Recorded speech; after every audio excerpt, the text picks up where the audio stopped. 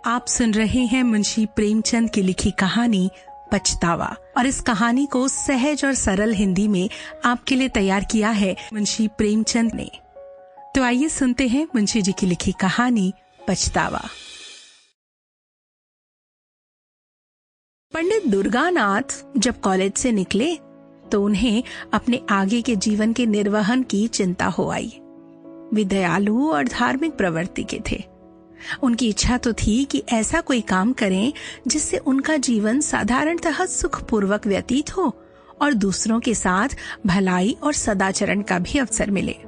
वे सोचने लगे कि यदि किसी कार्यालय में क्लर्क बन जाऊं तो अपना जीवन आसानी से कट सकता है, किंतु सर्वसाधारण से कुछ भी संबंध न रहेगा। अगर वकालत में बहुत ऊंचा पद पालूं तो दोनों बातें संभव हैं, किंतु कई यत्न करने पर भी अपने को उस पेशे में पवित्र रखना कठिन होगा।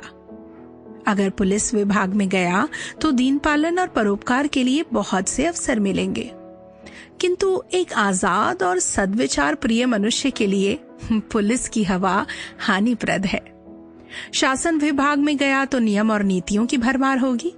कितना भी चाहो लेकिन वहां कड़ाई और डांट टपट से बचे रहना असंभव है। इसी प्रकार बहुत सोच विचार के पश्चात उन्होंने निश्चय किया कि वो किसी जमींदार के यहाँ मुख्ताराम बन जाएंगे। मुख्ताराम यानी जमींदार का वो प्रतिनिधि जो कानूनी काम उनके लिए करता हो। इस काम में वेतन तो अवश्य कम मिलेगा, किंतु दीन खेतीहरों से दिन रात संबंध रहेगा। उनके साथ अच्छे व्यवहार का अवसर भी मिलेगा, मेल जोल बढ़ेगा, जीवन साधारण तरीके से निर्वहन होगा और उनके विचार और भी मजबूत होंगे।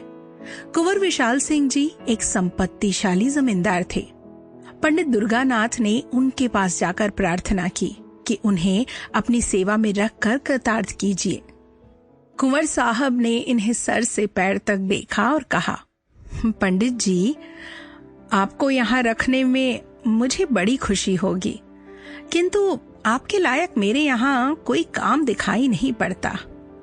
इस पर दुर्गानाथ ने कहा, मेरे लिए किसी विशेष स्थान की आवश्यकता नहीं है, मैं तो हर काम कर सकता हूँ, और मेहनताना आप जो कुछ भी खुशी से दे देंगे मैं स्वीकार करूँगा। मैंने तो बस ये तय कर लिया है कि आपके सिवा किसी और रईस की नौकरी मैं नहीं करूँगा।